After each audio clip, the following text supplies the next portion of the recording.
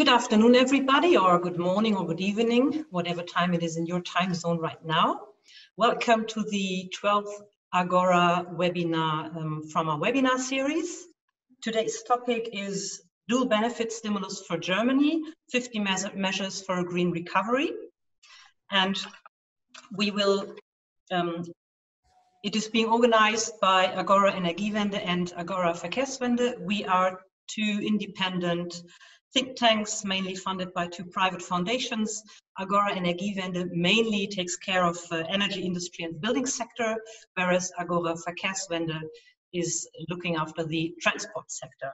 Together we are around 60 colleagues, most of them located in Berlin. Now, who do you see on the podium? There's Michael Schäfer, who's Senior Associate Policy at Team Germany of Agora Energiewende. Then you see Günther Hörmandinger, who's Deputy Executive Director of Agora Verkehrswende. Philipp Prein is Head of Communications of Agora Verkehrswende, and I'm Head of Events at Agora Energiewende. My name is Nicola Bock. Now, what are we going to do during the next 1 hour and 15 minutes? We will first have a presentation by Michael and Günther, which will last for some 25 to 30 minutes. And after that, we have enough time for a Q&A session, which will be moderated by Philipp. Around 4:15, we should be ready with this.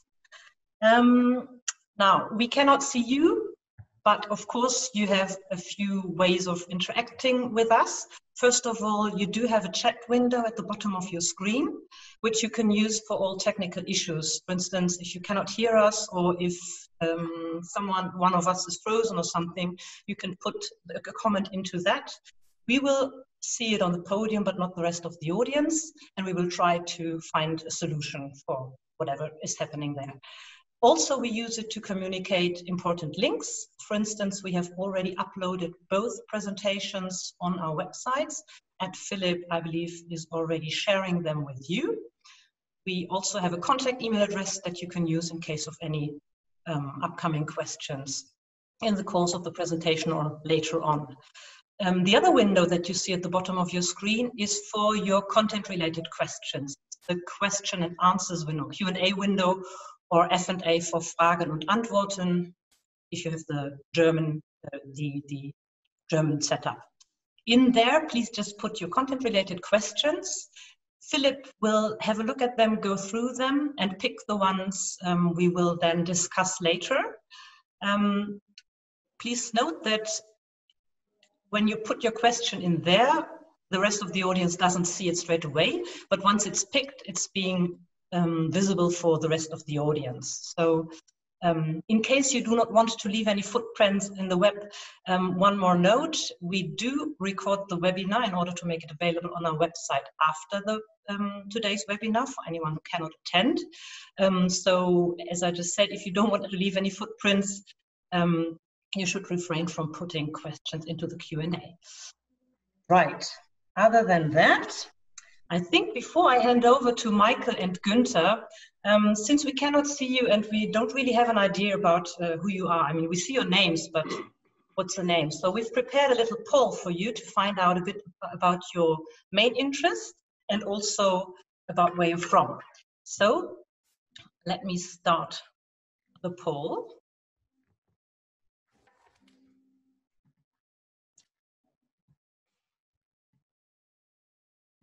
Right, you should be able to see it on your screens now. I will read it out because the polls are not being recorded, and also if anyone is joining from the browser only and doesn't have the app installed, then it's not being shown. So I will read it out. So what is your main interest? Which sector is your main interest? I forgot to add that, Michael. You did tell me earlier. I just realized. So is it the energy sector? Is it the transport sector?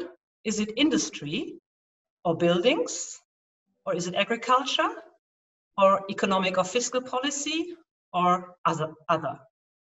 And then the second question, where are you right now? Answer A is Europe, B is Africa, C is North America, D is Central or South America, E is Asia, and F is Australia. And you cannot see the results, but I can already see them, and I think everyone has voted, so I will finish the result. I will stop it here and make it visible for you. So we do have a majority of people interested in the energy sector, mainly 65%, which equals 30 persons. Then we have 11% interested mainly in transport, and then 7% interested in industry, also 7% in buildings, and also 7% in economic or fiscal policy. 4% are interested in other, no agricultural fans in here apparently. And then looking at from where are you tuning in, we have a big majority of people from Europe, so which is 93%. That is 43 persons of the one who voted. We do also have someone from Asia, 4%, and then someone from Africa. And with that, I hand over to Michael.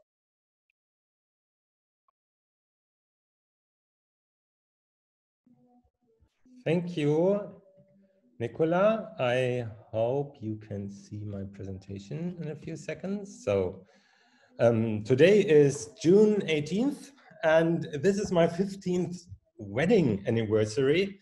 And I don't want to discuss with you whether this was a dual benefit thing to do, but I want to talk to you about recovering programs. It is discussed in many countries right now how a green recovery for the economic crisis can look like. And at an early stage, Agora Energiewende and Agora Verkehrswende made suggestions for a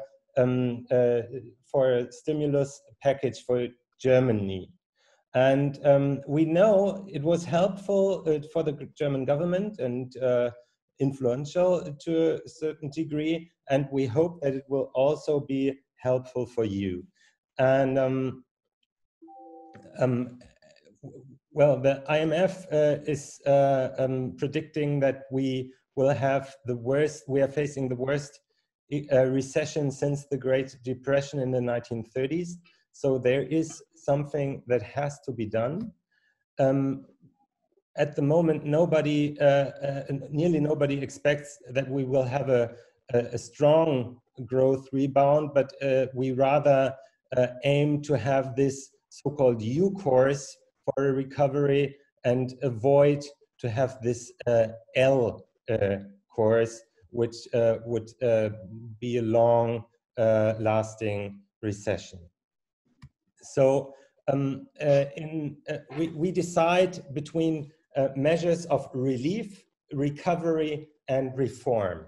Relief, that's what's happening to the aircraft industry, for example, at the moment mainly, and to other companies which get helps from government in order to survive the situation right now. Recovery is are measures that help to get economy back on track, and reform measures, they address the deeper structural reforms we need in order to address the big structural things we face in our economy, like digitalization and carbon neutrality. And we are now talking about a recovery package. That was the thing we suggested for Germany. At the same time, while we face this economic recession, we all know the climate crisis has not gone away, and so because of that, we strongly disagree with the people who say, well, let's first get the economy back on track and care about climate issues afterwards. Because we say, and I think this graph shows it very, very good, that it is not possible to do it one after another. But we have the climate neutrality must guide the economic stimulus because all the investments which are initiated now by economic stimulus packages, they have a lifetime of years or even decades, as you can see here. So on top of that, of course, we have time constraints, since the ecological crisis is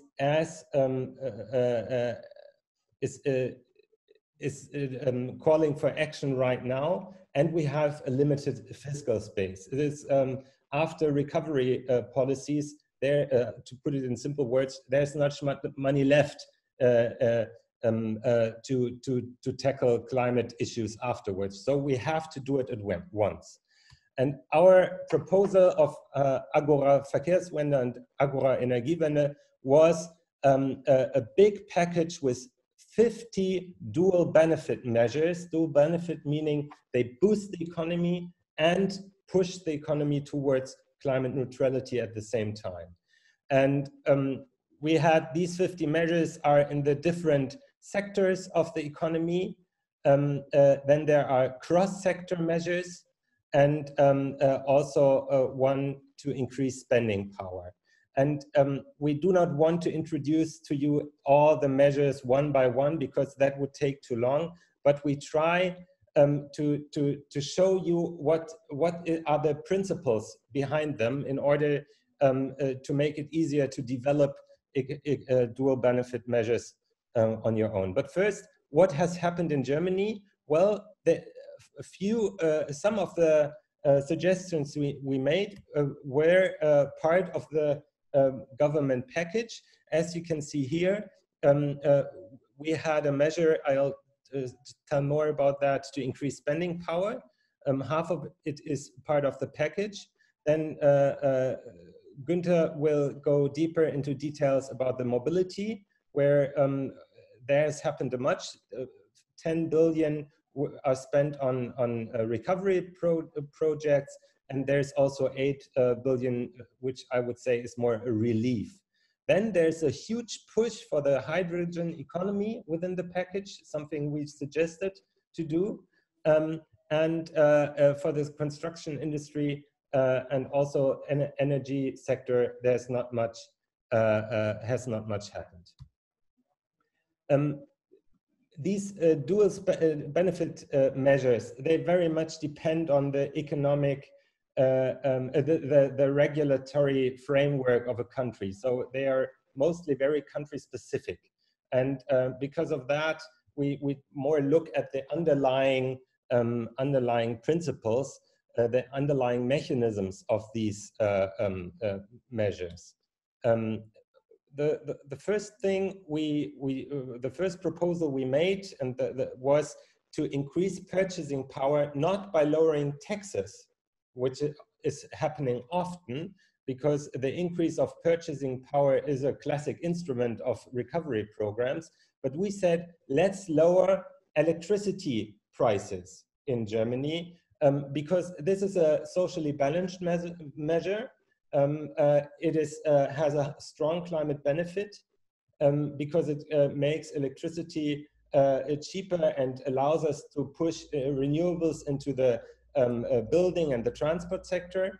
And this can be seen as a first step in the CO2 pricing reform, because you can keep this lower electricity prices even after the economic crisis, through higher CO2 pricing on oil and gas mainly.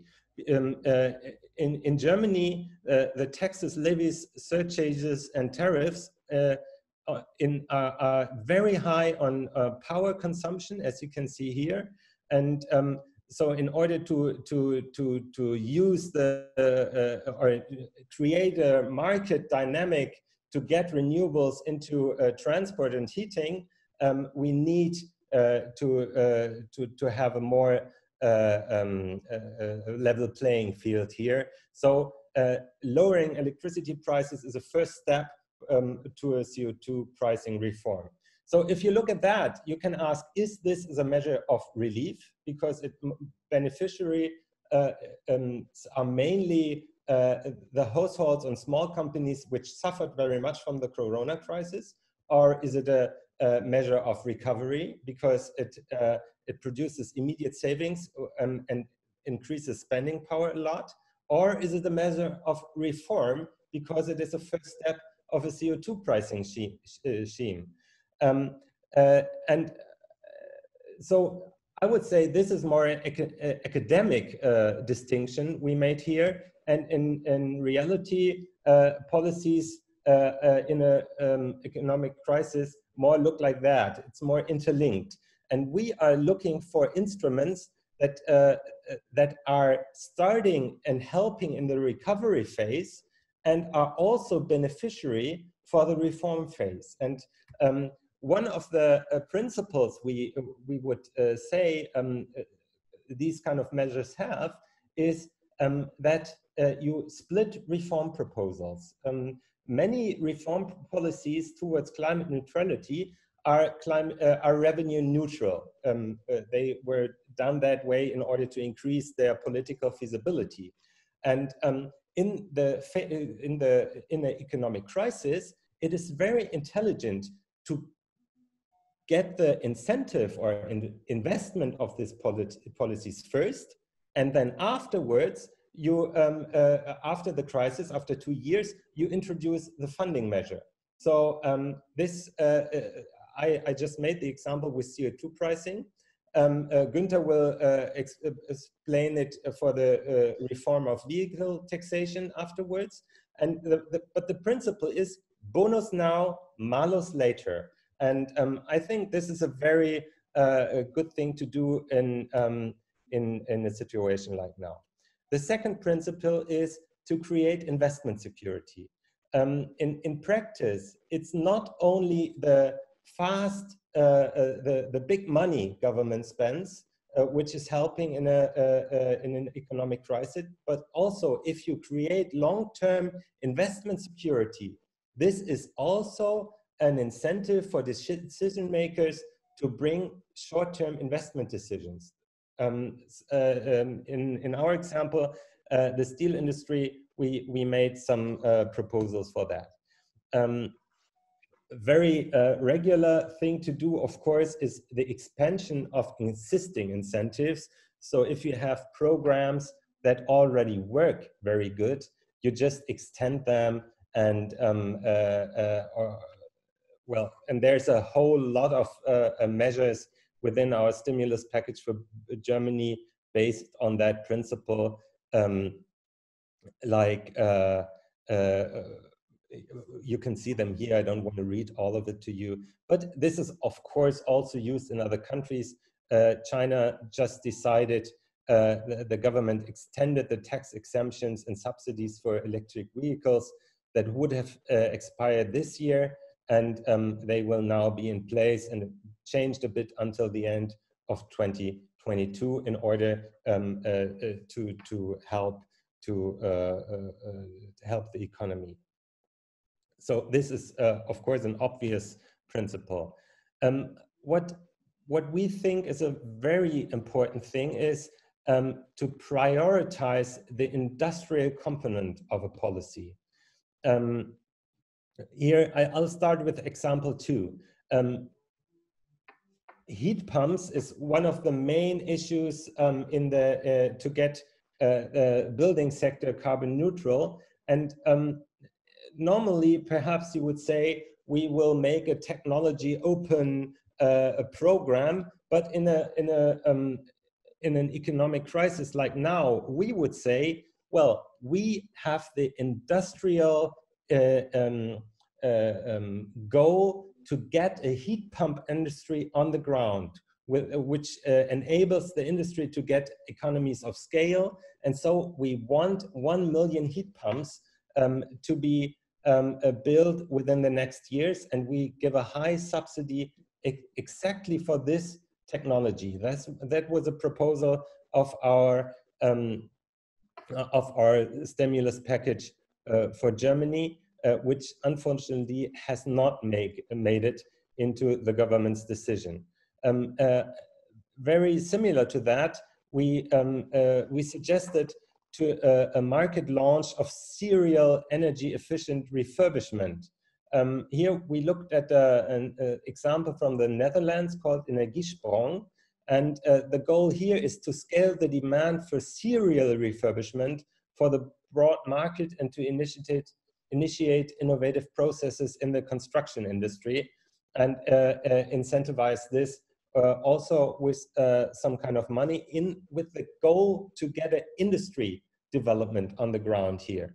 And example one is, of course, hydrogen. And here the German government has decided to boost the development of a national hydrogen industry and with 7 billion euros. And on top of that, has dedicated 2 billion euros towards international cooperation on hydrogen strategies, and which is really one of the big assets in this German recovery package. Günther will go more deeply into that.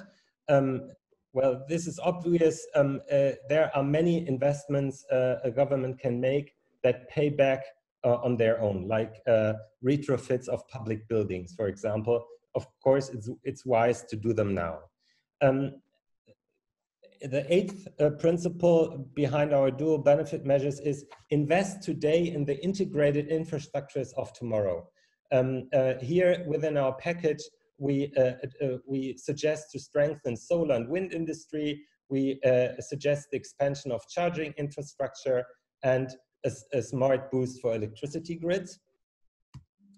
And it's not only about the money, it's also about the investment environment. And this is, on the one hand, vocational training, removing investment barriers, and enhance personal capacity in permitting authorities. We know from old recovery programs in Germany that often it's not the money that's lacking, because there are big programs and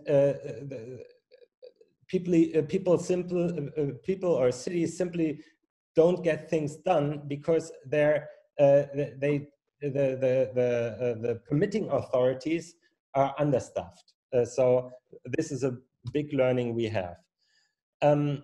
Of course, we suggest regional collaboration, and here, because of tomorrow, heads of state will, I guess, talk about the economic recovery package the European Commission has suggested. I want to have because we looked a bit into that, we've seen that many of you are from Europe. We have to say, after looking into the budget proposal of the Commission, there's much talk about green recovery, but the proposal does not live up to that. In fact, all the additional recovery project has no dedicated climate share at all. And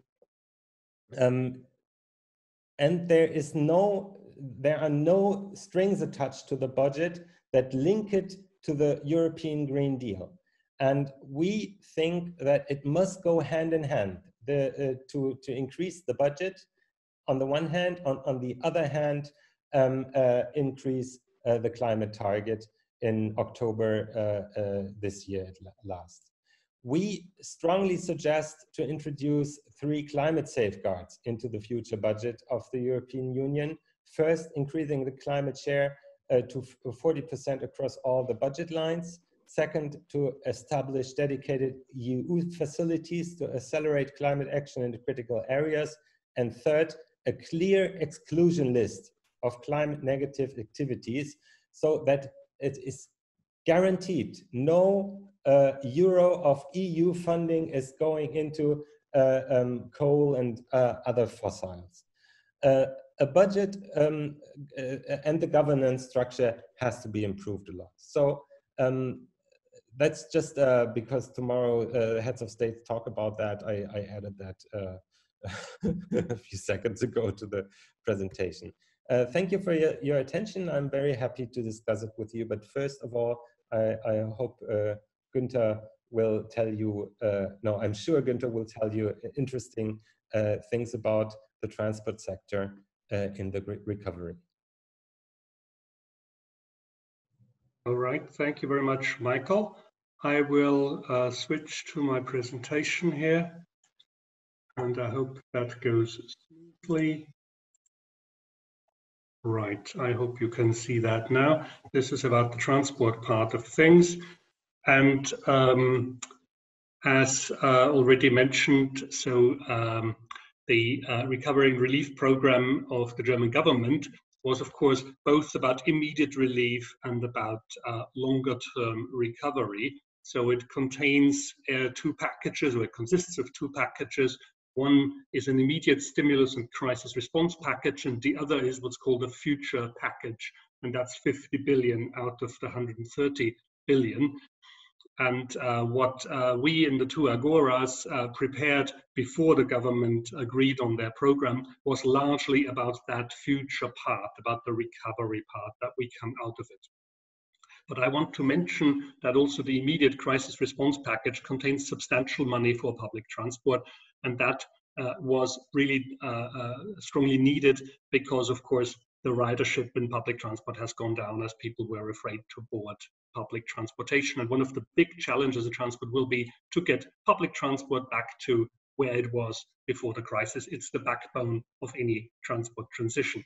But I will mostly focus on the second package, the future package, and we will group that according to three topics, because that's how we grouped our proposals originally. Demand for electric and efficient vehicles first, supply of electric mobility and mobility services second, and then support for public transport and infrastructure.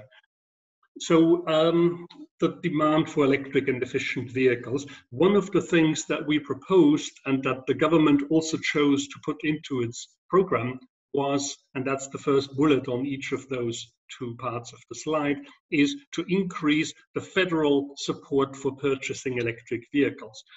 There was already such support before the crisis struck, and Michael mentioned that. So there was an arrangement that the government would give you 3,000 euros if you buy a purely electric car, and the understanding was that manufacturers would give you 3,000 again, so a total of 6,000. And the government has now decided to double its part. So if that second 3,000 from the manufacturer is for real, as you know, pricing policies being what they are, if you count them for real, that's 9,000 euros for the purchase of an electric vehicle, a substantial boost for electrification. We also made the proposal, and that's more controversial, to give support for plug-ins in view of the realization that, in fact, the German industry cannot meet its goals under the EU fleet limit values without plug-in hybrids. We're aware of the controversy. Quite a few people use these vehicles in the wrong way, just in the fossil mode, and then they're worse than their equivalent as combustion cars. Therefore, our proposal that the premium for such a vehicle should be split in two. You should get only half at the time of purchase, and the other half when the vehicle first comes to the technical inspection and you read out what the electrical part of driving was, and if that is above 50%, you would get the second half of the premium. So this is a typical nudge to try to get people to develop the habit of plugging their vehicles in. I'm not going slavishly through all the points on this slide. I just want to mention one thing because it was widely noted in the press, and that's what is not in the government stimulus package, and that's a purchase premium for cars with no conditions. In other words, a purchase premium for combustion-based cars. That's not in the package, even though in the run-up to the government's program, this was widely discussed and frankly widely expected, even though people like us all said you shouldn't do it. And in the end, it wasn't in there. That was widely noted. And I think the car industry was taken by surprise and wasn't very happy about that. Yeah, and finally, as Michael also mentioned, there is money for charging infrastructure. There was, of course, already a charging infrastructure program that's been boosted further by $500 million. One thing that we were also proposing as part of boosting the demand for electric and efficient vehicles was an overhaul of the tax system. And because, as already mentioned, reforming a tax system takes quite a while, the idea was that since we need an immediate stimulus to the economy, let's introduce a bonus part of a bonus-malus system first and the malus part later. Bonus meaning that you reduce the taxes of more efficient and low-emitting vehicles, and malus meaning you increase the tax on high-emitting vehicles. Such a system would offer the idea in principle, or the possibility in principle, that the system becomes self-financing, depending on the tax levels raised. And this is certainly what we would propose. And that is an issue of social fairness, because if you finance those purchase premium from the tax pot, then anybody, including those people who can't even afford to buy a car, would subsidize those who buy big electric vehicles. And that's hardly an equitable thing to do.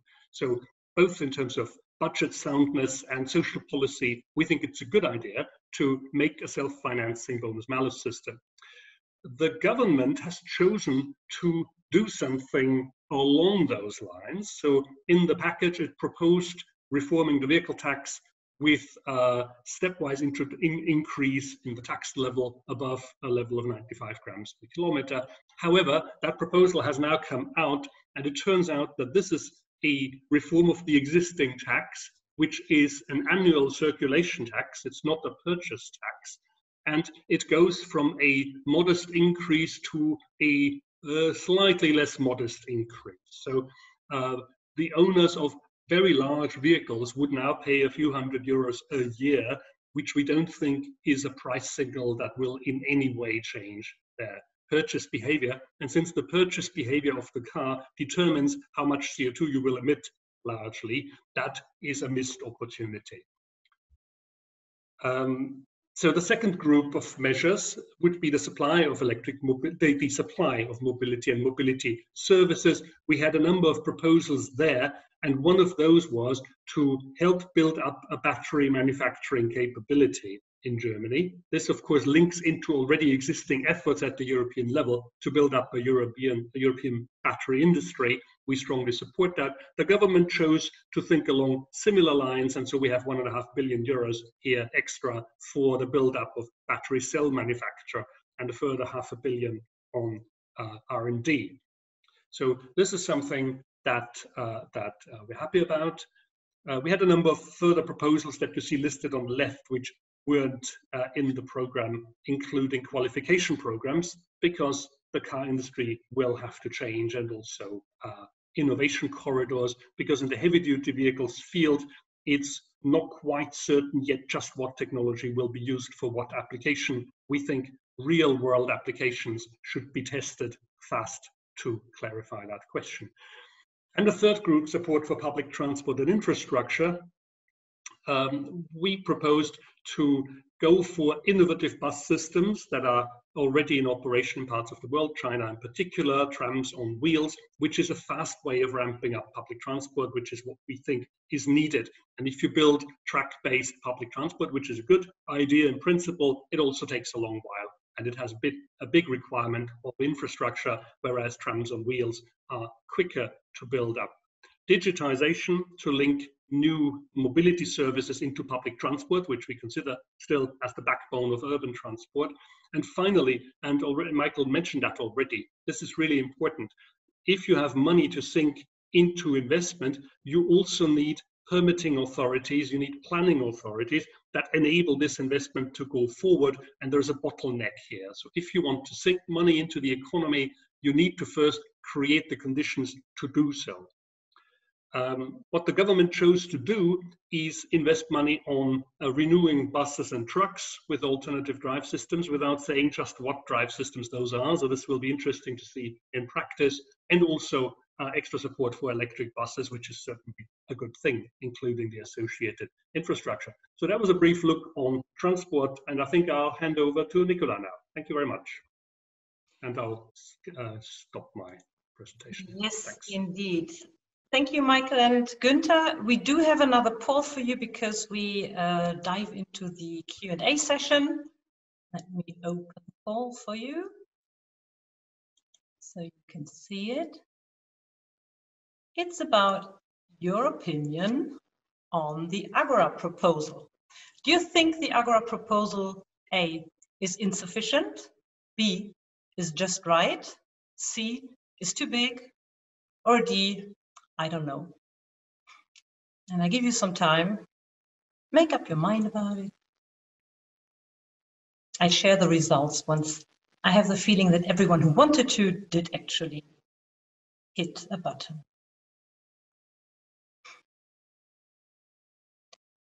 So 3 more seconds, make up your mind. It's still moving. Okay.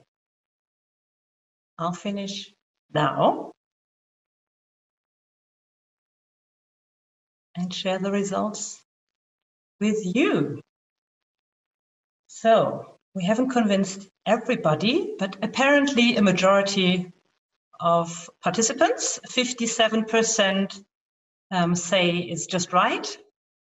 We do have 23% who think it's insufficient still, 7% think it's too big, and 14% probably need some more time and flick through it.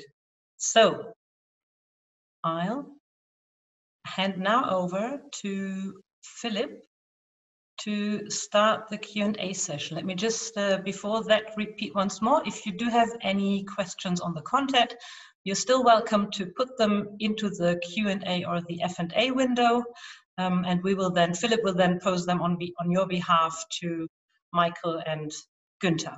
So you have the floor. Thank you, Nicola, and thank you to the audience for this positive feedback. We do have some questions already, and we are all invited to add more questions into the Q&A. Michael also already answered in written 2 questions, so there are 4 left at the moment.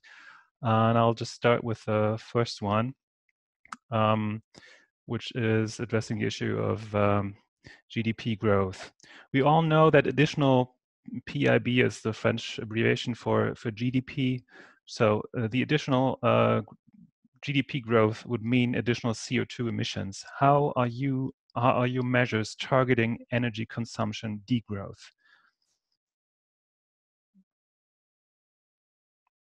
Yeah, Michael, well, please. Our measures don't do that because we have an economic crisis and we have a recession. And in a phase of a recession, we came forward with measures to get the economy back on track, to get it back out of the recession, and degrowth measures wouldn't do that. And I disagree with your analysis. I think it very much depends what is growing and what is growing not. If we have a big growth with renewable energies, this is not bringing CO2 emissions up, but is helping us to get them down. Same thing for heat pumps and other technologies. So what our main critique was regarding the decision of the German government is that there were a lot of measures that were not aimed at incentivizing the growth we need, but that were spreading all over the economy, like the reduction of the VAT the government decided, because that brings growth to all the sectors and all technologies, and we wanted to channel growth to the technologies that we need in order to get climate neutrality done. Yeah, and maybe just follow up with the next question by the same person, which is still in the same field, which is addressing the term green growth and why we use that instead of additional GDP. Does any one of you two want to address that, Michael or Günther? Yeah, Günther, do you want? Well, I think it's just to follow up on the remarks of Michael. Of course, this was a stimulus paper. This was not a policy manifesto of everything we believe should be done. And indeed, when you look at how we consider, for example, the transport transition, it rests on 2 parts, the mobility transition and the energy transition and transport. So we do think about how can we have less transport? How can we have less energy consumption in transport? And in the context of a stimulus program, that's just not the first on your mind. So I think we have a great deal more going in our work that is indeed degrowth oriented, but that wasn't part of this particular stimulus package. But I think you could also consider that when you push for electric vehicles, that in itself will certainly lead to a reduction in final energy consumption in transport due to the higher efficiency over the whole energy supply chain. And so energy consumption ought to go down as we replace combustion cars with electric cars.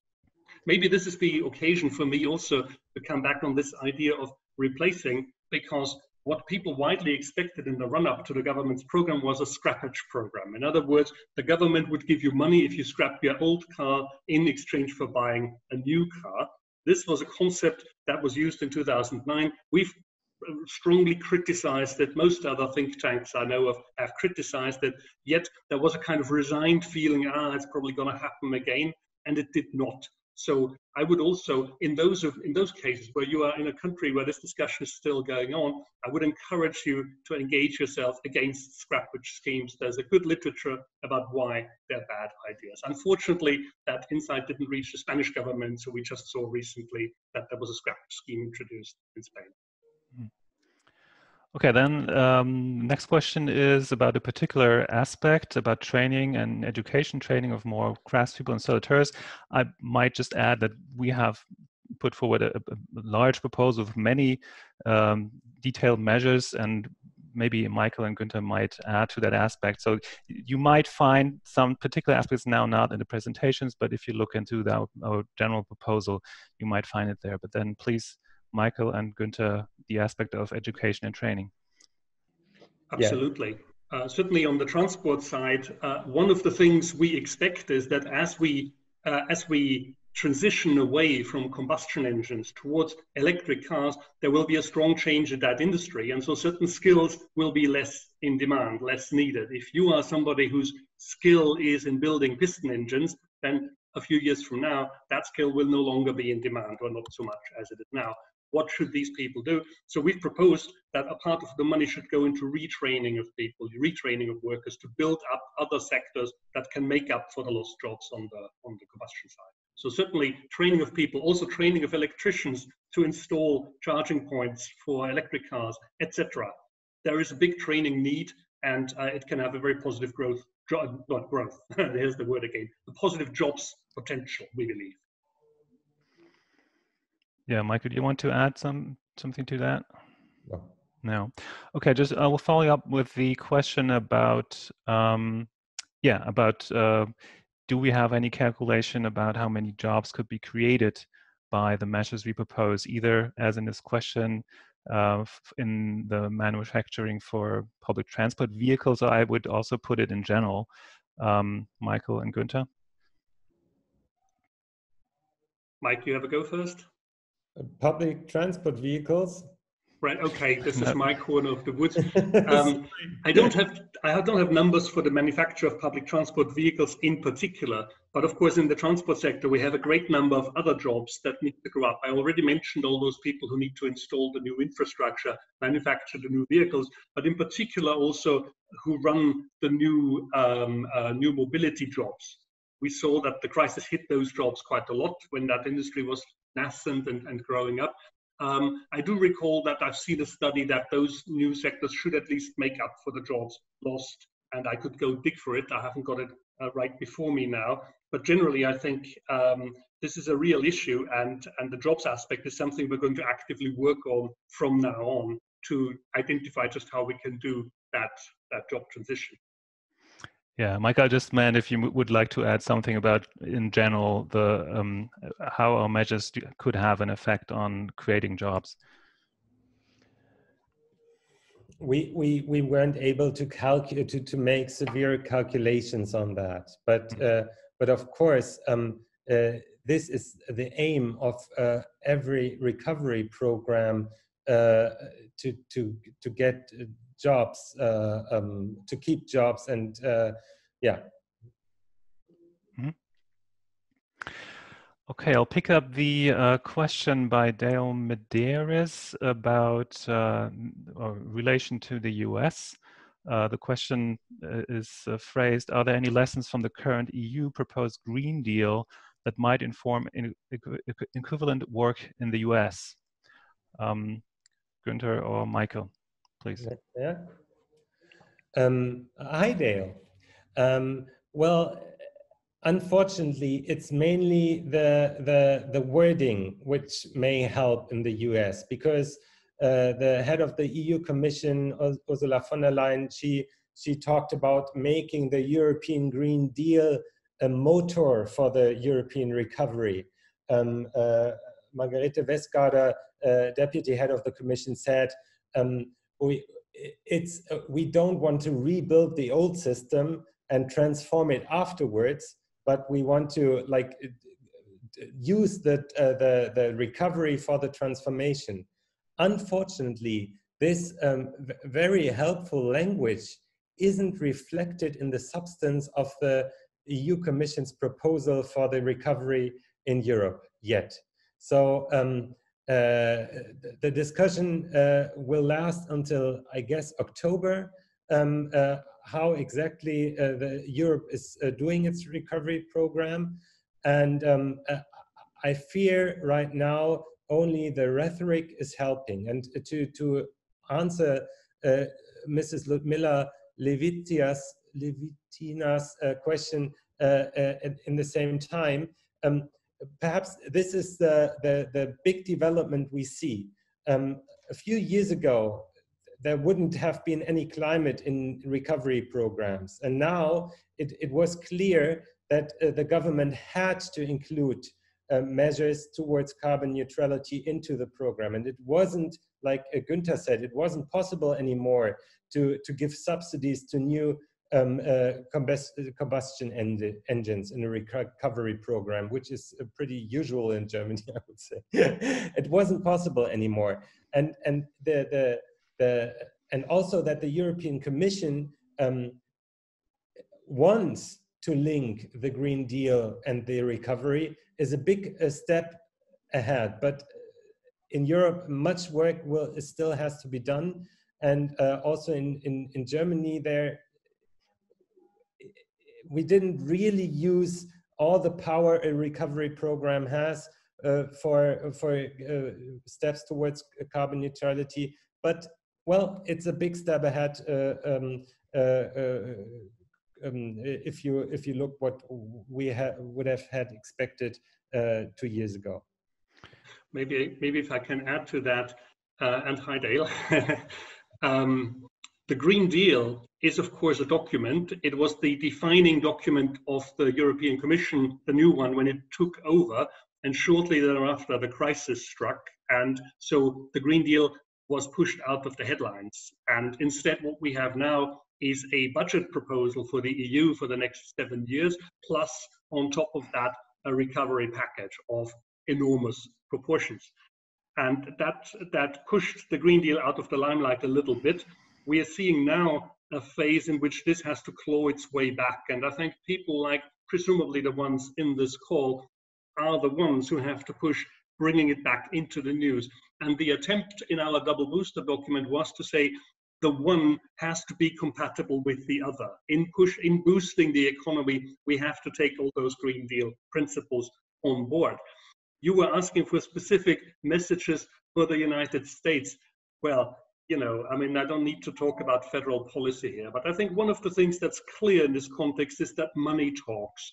And in America, it talks maybe a little louder than in Europe. And when you think about what the next really big thing will be in the world economy, it's the trillions of euros or dollars spent on changing the economy into something that is carbon neutral. That's the next big thing. And the question is, who will make that equipment? Who will sell that equipment? Who will be in the race? Parts of the United States are very active in there. I'm thinking of California in particular.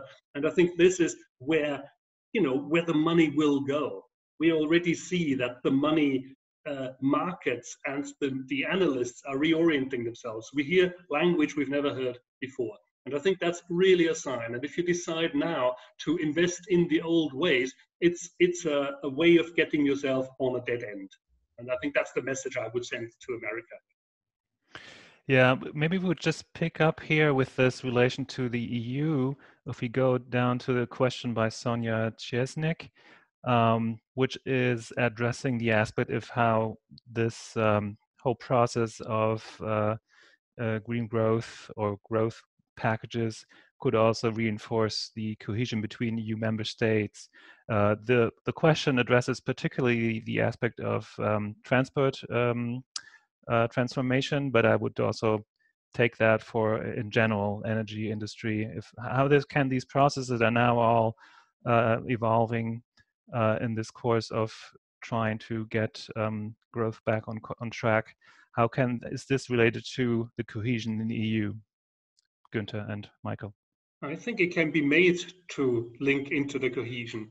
Specifically, if you ask about the link between Germany and France, one of the things we already have is an initiative to develop a battery cell manufacturing capability. So that's very much a German-French connection there. And I would think that the battery topic, the further investment in there, is probably a means to reinforce that.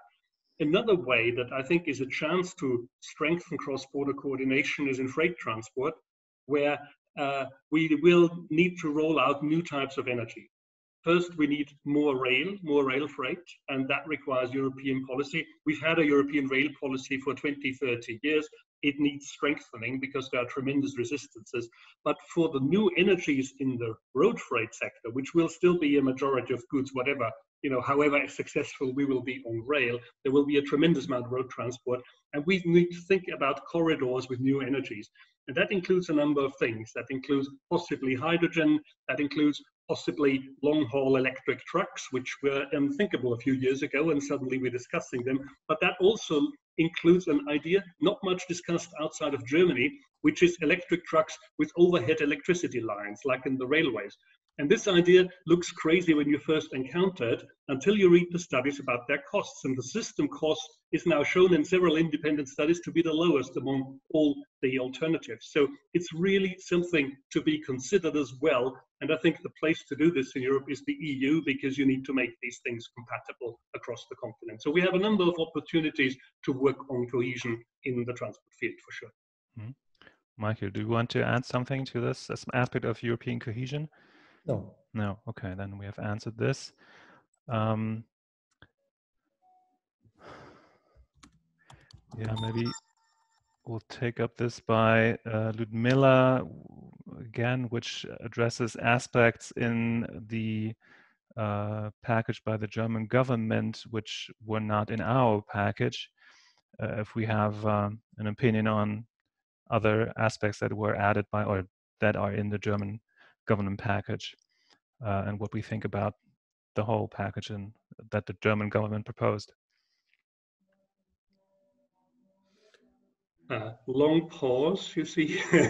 I guess, Michael, you speak for yourself. We didn't spend a tremendous amount of time analyzing those measures that weren't up our street. So there may be things there that are not as we would have chosen them. But of course, you cannot expect to write a report that says the government should do X and then the government does 100% of X. We were quite happy to see quite a few of those proposals we made reappear in the government program. But generally, again, this is a stimulus program. And so I think it cannot be seen as a political program towards a green economy. We wanted to push it as much as we could towards being compatible with a greener policy. But a recovery program doesn't get you there. That needs a separate policy push. Well, I'd like to add here that we explicitly criticized the measures like the reduction of the VAT, the value-added tax, for the second half year of 2020, because it incentivizes any technologies, and it is not very wise to do so, because this will just will not bring a big push towards a carbon neutral economy. So things like that are not good, and there are other things on digitalization which we cannot, we don't have the expertise to say if that's wise or not wise to do. But for a big part, it does not use the chance to invest all these billions and billions of euros into carbon neutrality of Germany. But other than in the previous years, at least there are some pushes which can be seen. Yeah, the package doesn't do well. There were some fears that it would do much harm, but in many sectors that could be prevented, as particularly in transport. The proposals are much better than we thought. So we're done with that question. There are two questions that are addressing still the construction and buildings aspects with heat pumps and district heating. Let's go. Let's see here. One, Philip. District heating proposal focus on heat pumps, H2, and leave out sector coupling high temperature thermal storage, which can cheaply store renewable energy peaks and provide the energy both as electricity and heat when needed. That was a follow-up on the question about funding heat pumps. Do you remember, Michael? Yeah. Do you want to add any to that?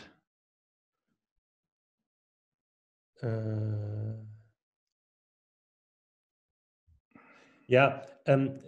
Well, this is a point we have, like Agora Verkehrswende as well. We have made proposals in the field of reform. I just made the distinction between relief, recovery, reform, and many NGOs and advocates pushed for the stuff they always said in the face of the economic recovery programs coming up. We tried not to do so. So many of our reform proposals are not part of this package, because we tried only to bring the measures that help to stimulate economic growth now in the next 2 years and give a push towards carbon neutrality. So many things that are necessary and important are not part of this proposal. And this is also the case for the things you mentioned in your question. Mm.